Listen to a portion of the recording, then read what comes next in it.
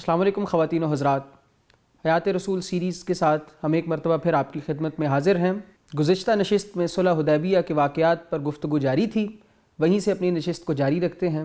محسن صاحب، آج میرا پہلا سوال یہ ہے کہ ہم نے دیکھا کہ مکہ والے بھی اب صلح کی گفتگو کرنے پر راضی ہو گئے ہیں۔ یہاں پر میں آپ سے ایک اہم سوال کرنا چاہوں گا کہ رسول اللہ صلی اللہ علیہ وآلہ وسلم کی طرف سے قریش پر اتمام حجت کر دیا گیا ہے، اور اللہ تعالیٰ کی طرف سے عذاب کا حکم بھی نازل ہو گیا ہے، اور کئی دفعہ عذاب نازل بھی ہو گیا ہے۔ تو اب اس موقع پر مسلمانوں کی طرف سے یہ نرمی کیوں دکھائی جا رہی ہے؟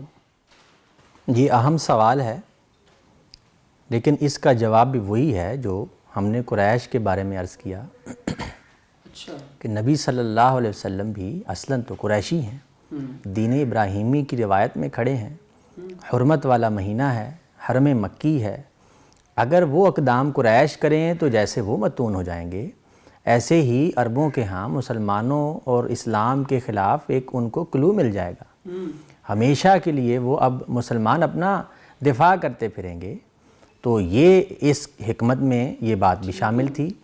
اور دوسری بات، مکے کے اندر کچھ ایسے لوگ بھی تھے جو دل سے مسلمان ہو گئے تھے، لیکن سرداروں کے رعب سے وہ اپنا اظہار نہیں کر پا رہے تھے۔ تو ان کے بچاؤ کے لیے بھی، جیسے ہم آگے عرض کریں گے، جب سورہ فتح نازل ہوئی ہے واپسی پر، مدینہ کی طرف واپسی میں، تو اس میں اللہ تعالیٰ نے یہ وجہ بھی بیان فرمائی ہے، اور یہ بات بھی فرمائی ہے یہ پہلے ہی سورہ انفال میں، وَإِن جَنَحُوا لِلسَّلْمِ فَاجْنَحْ لَهَا وَتَوَكَّلْ عَلَى اللَّهِ۔ اگر وہ مصالحت کی طرف جھکیں تو تم بھی جھک جاؤ اور اللہ پر توکل اختیار کرو۔ یہ بات اللہ تعالیٰ نے پہلے ہی فرمائی ہوئی ہے کہ اگر وہ صلح کی طرف پیش رفت کرتے ہیں، جیسا کہ ہم شروع سے ہی بیان کر رہے ہیں، تو آپ نے بھی صلح ہی کی طرف جھکنا ہے۔ یہ اللہ کا حکم تھا۔ تو اب یہ بات اس وجہ سے طے پائی ہے۔ محسن صاحب، یہ بات تو جو ہے وہ بالکل واضح ہو گئی۔ اب ہم آتے ہیں اپنے اصل واقعے کے اوپر کہ جب عروہ بن مسعود نے رسول اللہ صلی اللہ علیہ وآلہ وسلم سے یہ کہا کہ آپ قریش سے بات چیت کے لیے اپنا کوئی شخص بھیجیے، تو اس کے بعد رسول اللہ صلی اللہ علیہ وآلہ وسلم نے کیا اقدام کیا؟ نبی صلی اللہ علیہ وسلم نے خراش بن امیہ خزائی، جو بنو خزاعہ سے تھا، کیونکہ وہ حلیف تھا قریش کا، تو آپ نے یہ دیکھا کہ ہو سکتا ہے یہ اس کے احترام میں کوئی بات جو ہے وہ مانے، کوئی بات آگے بڑھے، تو آپ نے اس حضرت سیدنا خراش کو بھیجا۔ جب یہ مکہ پہنچتے ہیں تو قریشیوں کے مشتعل افراد نے، جن کے اندر جذبات بھڑک رہے تھے مسلمانوں کے خلاف، انہوں نے حضرت سیدنا خراش کی اونٹنی کی جو ہے وہ کونچیں کاٹ دیں، آپ کو زخمی کیا۔ احابیش جو ہیں وہ جو الگ ہو گئے تھے، انہوں نے اس جو ہے وہ اس کی خلاف ورزی سمجھی کہ یہ کیا ہو رہا ہے، انہوں نے ان کو بچایا اور واپس مسلمانوں کے کیمپ میں بھیجا۔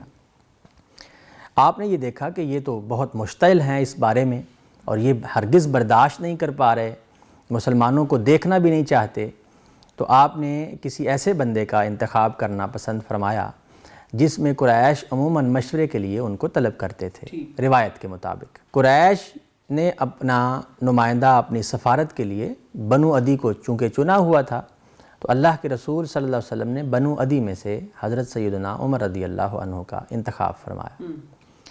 حضرت عمر نے یہ بات فرمائی کہ میرے ساتھ تو قریشیوں کو بہت زیادہ شکایات ہیں، مجھے دیکھتے ہی وہ تو بہت زیادہ مشتعل ہو جائیں گے، تو میں اس کام کے لیے مناسب نہیں ہوں۔ پھر آپ نے یہ دیکھا کہ قریش کی جو سرداری ہے وہ بنو امیہ کے پاس ہے اس وقت، تو بنو امیہ کا ہی کوئی شخص آپ کے پاس، ان کے پاس جو ہے وہ بھیجا جانا چاہیے۔ اس کے لیے حضرت سیدنا عثمان رضی اللہ عنہ کو منتخب کیا گیا، اور آپ جو ہیں وہ بالسلامت قریش کے پاس جو ہے وہ پہنچ جاتے ہیں۔ قریش کو حضرت سیدنا عثمان نے یہ بات بتائی کہ ہم خالصتاً عمرے کی نیت سے آئے ہیں، ہمارا کسی قسم کا کسی جنگ کا کوئی ارادہ نہیں ہے۔ قریش نے موقع سے فائدہ اٹھاتے ہوئے بات کو طول دیا، وقت بڑھایا، اور مسلمانوں میں یہ افواہ پھیلا دی تاکہ جنگ چھڑ جائے۔ ٹھیک ہے، وہی وہ جو روب ڈالنا چاہ رہے تھے صلح میں بھی۔ جی، یہ افواہ پھیلا دی کہ عثمان کو قتل کر دیا گیا ہے۔ یعنی یہ ایک بہت خطرناک جو ہے وہ افواہ تھی اور پہلو تھا۔ نبی صلی اللہ علیہ وسلم نے فوراً اس بات سے نپٹنے کے لیے کیکر کے نیچے بیٹھ کر سارے مسلمانوں سے یہ بیعت لی کہ وہ ہم عثمان کے خون کا بدلہ لیں گے۔ اچھا، اب دیکھیے مسلمانوں کے پاس کوئی جنگی سامان نہیں ہے، مسلمانوں کے پاس احرام انہوں نے باندھا ہوا ہے اور قربانی کے جانور ہیں، اور اب ایمان ہے ان کا جو بیعت پر ان کو ابھار رہا ہے، اللہ اور اس کے رسول کے وعدے ہیں، یہ خالص جو ایمان ہے اس کے ذریعے سے انہوں نے اللہ کے رسول صلی اللہ علیہ وسلم کی بیعت کی ہے۔ یہ ان کا اخلاص اس بیعت میں ایسا واضح ہوا ہے کہ اللہ تعالیٰ نے اس پر تبصرہ سورہ فتح میں فرمایا۔ اچھا، یعنی یہ وہ چیز ہے جس سے صحابہ کرام کو، بیعت رضوان اسی کی بات کر رہے ہیں؟ یہ بیعت رضوان کہلاتی ہے۔ اچھا، یعنی ہماری بڑی اہم تاریخ کے اندر ایک واقعہ بھی ہے۔ 1400 صحابہ کرام نے جب نبی صلی اللہ علیہ وسلم سے اس بات پر بیعت کر لی کہ خون عثمان کا بدلہ لیے بغیر اب ہم نہیں جائیں گے، اور اس بے سر و سامانی کے عالم اور بے سر و سامانی کا عالم ہے اور وہ سارے کے سارے بیعت کر لیتے ہیں، تو یہ خالص ایمان کی علامت ہے۔ اور پھر یہ رہتی دنیا تک جو ہے ان تمام صحابہ کے لیے ایک امتیازی نشان ہے۔ بیعت رضوان والے جو صحابہ کرام ہیں ان کا اسلام میں ایک خاص مقام بن جاتا ہے۔ اللہ تعالیٰ اس واقعے پر صحابہ کرام پر یہ تبصرہ فرماتے ہیں، لَقَدْ رَضِيَ اللَّهُ عَنِ الْمُؤْمِنِينَ اِذْ يُبَايِعُونَكَ تَحْتَ الشَّجَرَةِ فَعَلِمَ مَا فِي قُلُوبِهِمْ۔ اللہ تعالیٰ راضی ہو گیا ہے ایمان والوں سے جب کہ وہ تم سے بیعت کر رہے تھے درخت کے نیچے، تو اللہ تعالیٰ نے ان کے دلوں کا حال جان لیا۔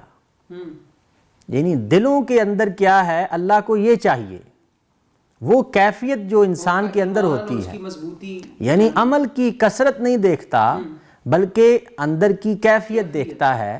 اسی بات کو اللہ کے رسول صلی اللہ علیہ وسلم نے یوں بیان فرمایا، یہ صحیح مسلم میں ہے کہ تم میں سے اگر کوئی شخص جو صحابی نہیں ہے احد پہاڑ جتنا سونا خرچ کر دے اور میرا ایک صحابی ایک مٹھی خرچ کرے تو وہ احد پہاڑ کے جو ہے وہ اس کے برابر نہیں پہنچ سکتا۔ وہ اس پس منظر میں اب یہ بات یعنی یہ بات جو عالمہ ما فی قلوبہم، ان کے دلوں میں کیا ہے، اس کیفیت کے ساتھ وہ مٹھی بھر اگر خرچ کرے، وہ احد پہاڑ بھی خرچ کرے تو اس کیفیت کو وہ نہیں پہنچ سکتا۔ اس کا پس منظر یہ ہے، ورنہ یہ لگتا تھا جب سنے کہ یہ شاید کو اقربا پروری والا کو معاملہ ہے، یہ اس بات کی طرف اشارہ تھا کہ صحابہ کرام جو بیعت رضوان میں ہیں ان کی کیفیت جو اس وقت اس حالت میں ہوتی ہے، بعد والا کوئی صحابی بھی ہو، بعد والا کوئی مسلمان بھی ہو تو وہ ان تک نہیں پہنچ سکتا ہے۔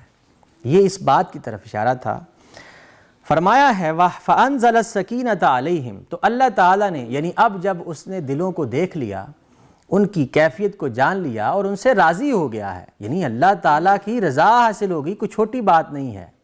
یہاں سے یہ بات بھی معلوم ہوئی کہ انسان کو کوئی 60 70 سال 100 سال نہیں چاہیے، بلکہ یہ 10 سال میں ہی اللہ تعالیٰ کی رضا حاصل کرنے کے قابل بنا لیا ہے صحابہ کرام۔ بلکہ وہ تو ایک لمحہ ہی کافی ہو گیا نا، وہ جس لمحے بیعت کی اور جس وقت انہوں نے بیعت کی ہے اسی وقت اللہ تعالیٰ کی رضا جو ہے وہ اس نے جوش مارا ہے، اور سورہ فتح کی آیات نازل ہوئی فَأَنزَلَ السَّكِينَةَ عَلَيْهِمْ، تو اللہ تعالیٰ نے ان پر سکینت نازل کی، وَأَصَابَهُمْ فَتْحًا قَرِيبًا، اور انہیں بشارت دی ہے آئندہ کی فتح کی۔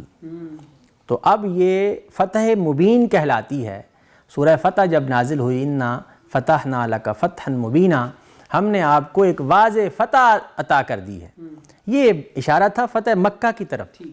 یعنی یہ اب جو ہونے والا ہے، جو ہونے جا رہا ہے، یہ جو صلح ہونے والی ہے، یہ ایک واضح فتح کی طرف اشارہ بن گئی ہے۔ اللہ تعالیٰ نے جب یہ فرما دیا اور مسلمانوں کی کو رضا کا سرٹیفکیٹ دے دیا ہے، اس ادھر سے حضرت سیدنا عثمان رضی اللہ عنہ کو قریشیوں نے کہا کہ آپ اس سال تو ہرگز عمرہ نہیں کر سکتے، ہم ہرگز اجازت نہیں دیں گے، ہاں آپ ہمارے پاس آئے ہیں، ہمارے قریبی ہیں، تو آپ اکیلے جو ہیں وہ عمرہ کر سکتے ہیں۔ حضرت عثمان رضی اللہ عنہ نے کہا کہ جب اللہ کے رسول عمرہ نہیں کریں گے تو میں بھی عمرہ ہرگز نہیں کروں گا۔ یہ بات کہہ کر حضرت عثمان واپس آ جاتے ہیں۔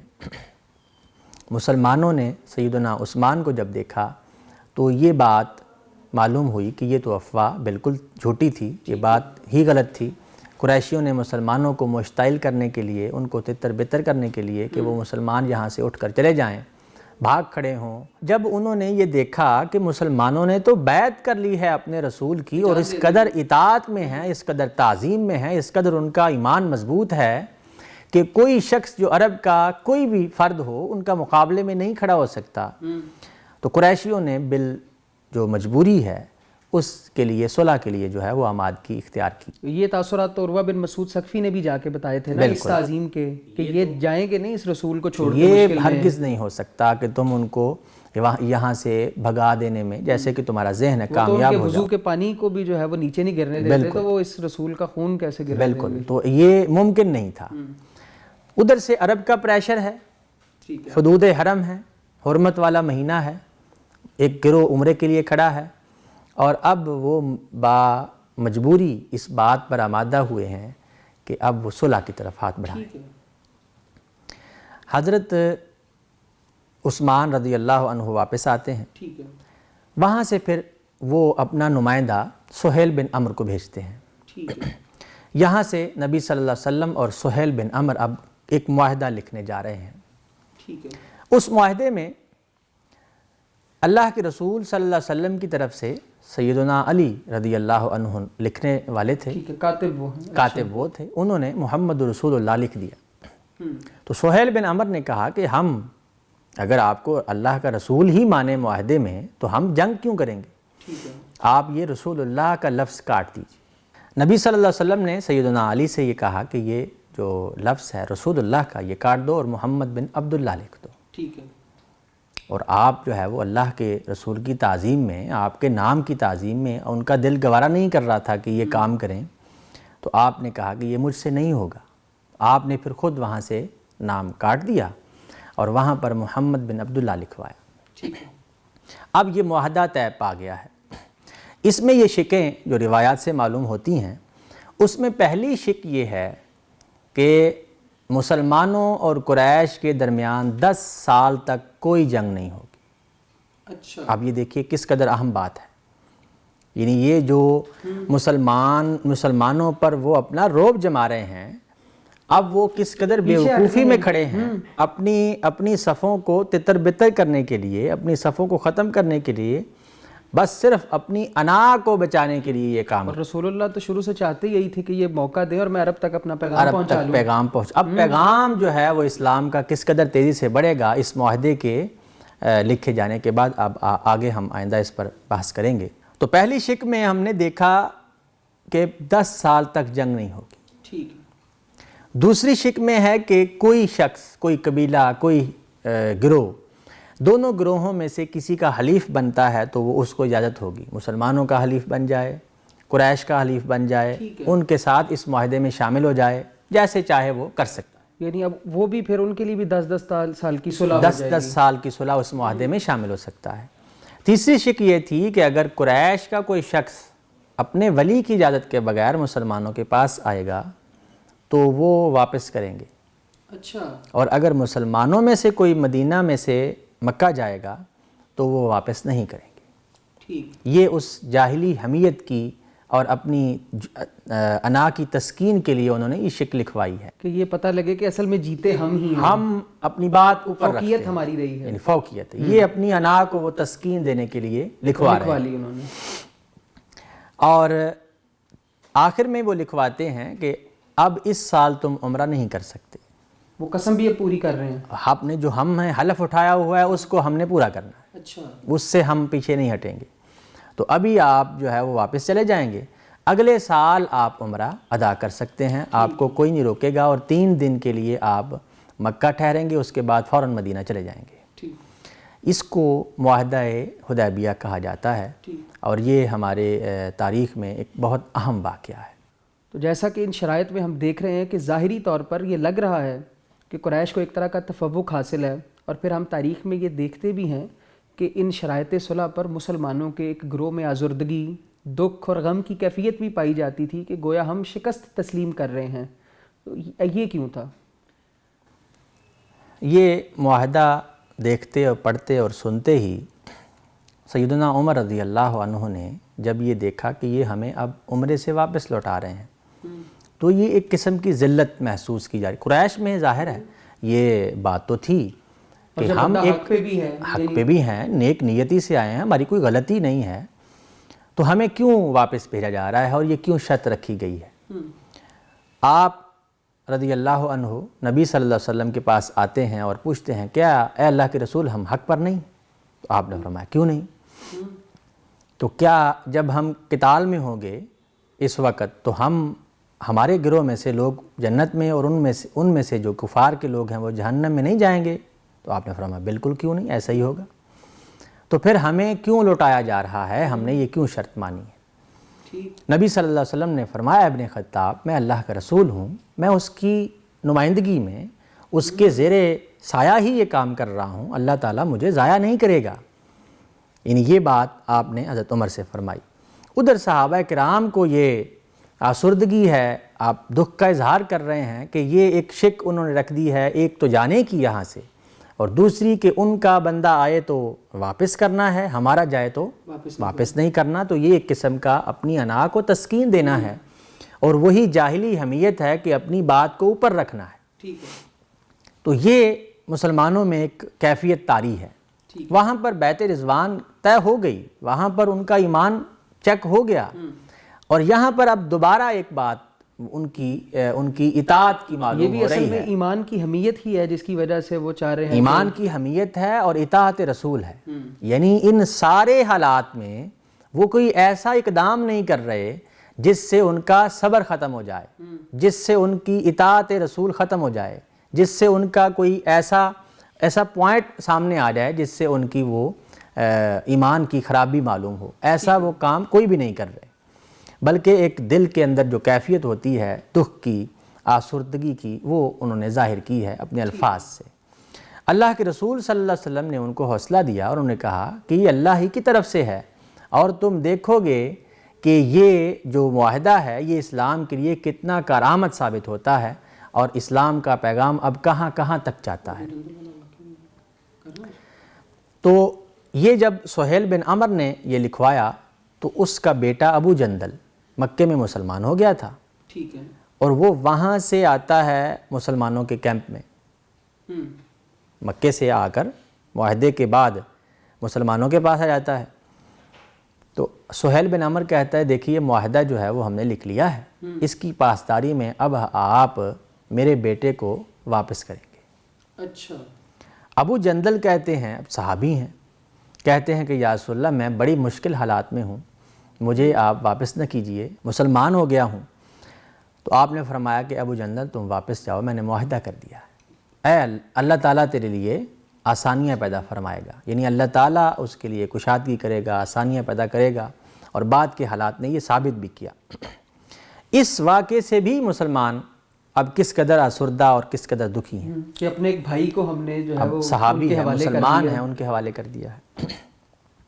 یہ واقعہ ہوتا ہے, معاہدہ طے ہو جاتا ہے. سورہ بقرہ میں یہ آیات نازل ہو چکی تھیں کہ اگر کسی وجہ سے عمرہ نہ کر پائیں, آپ روک دیے جائیں, تو آپ وہاں پر قربانی کے جانور جو نظر ہیں وہ کریں گے اور احرام کھول دیں گے. نبی صلی اللہ علیہ وسلم نے صحابہ کرام کو یہ حکم دیا کہ آپ سب اپنے قربانی کے جانور نظر کر دیجئے اور اپنے احرام کو کھول دیجئے.